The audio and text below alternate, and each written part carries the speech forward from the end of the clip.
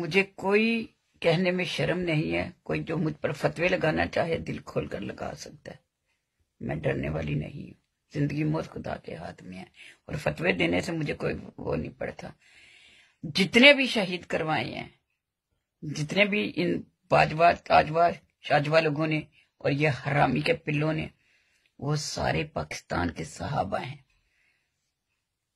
جو نبی کے ساتھ کھڑے۔ سچویشن کو دیکھ کے یہ کہا جا سکتا ہے کہ جلد ہی امام زمانہ کا ظہور ہونے والا ہے۔ ان کے ساتھ بھی شہدائے کربلا کی جو ہمیں آپ نے دیکھا کربلا میں جیسے ہوا ہے، ایگزیکٹ ویسا ہی ہمارے عمران خان کے ساتھ ہوا۔ عبادت یہ دو طرح کی ہے، ایک اگر ہم اپنے خان کی حفاظت کے لیے یہاں معمور کیے گئے ہیں تو ایک یہ بھی عبادت ہے، تو ایک یہ بھی عبادت ہے، تو ایک یہ بھی عبادت ہے، تو دوہری عبادت ہے، اور رمضان المبارک میں اس کا اجر بھی زیادہ ہے۔ اسی کا امتی کھڑا ہے، اسی کا غلام کھڑا ہے، ہم اسی کے اوپر مرنے والے ہیں، اسی پر مریں گے، سمجھو نبی پاک کے اوپر مر گئے ہم۔ ویسے تو دنیا سے دو جہاں کے سردار جناب محمد مصطفیٰ صلی اللہ علیہ وسلم چلے گئے، کائنات کا نظام تب بھی چلتا رہا، لیکن یاد رکھو جس دن دنیا سے یہ عظیم لیڈر چلا جائے گا، صرف یہ نہیں کہ ان کی جگہ کوئی دوسرا لیڈر اس طرح نہیں، بلکہ ہم سب کی پہچان ہی ختم ہو جائے گی۔ عمران خان سے رشتہ کیا؟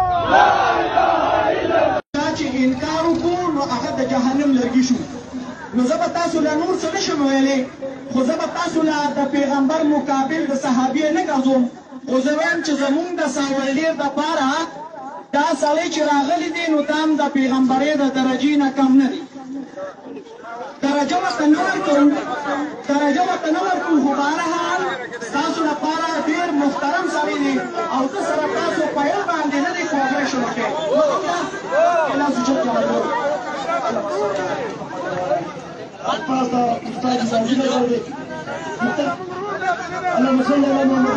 کم من فیۃ قلیلۃ غلبت فیۃ کثیرۃ لعنتاً خبیثۃ شیطانۃ لعینۃ ابلیسۃ آسمنیرۃ بے شمارۃ لعنت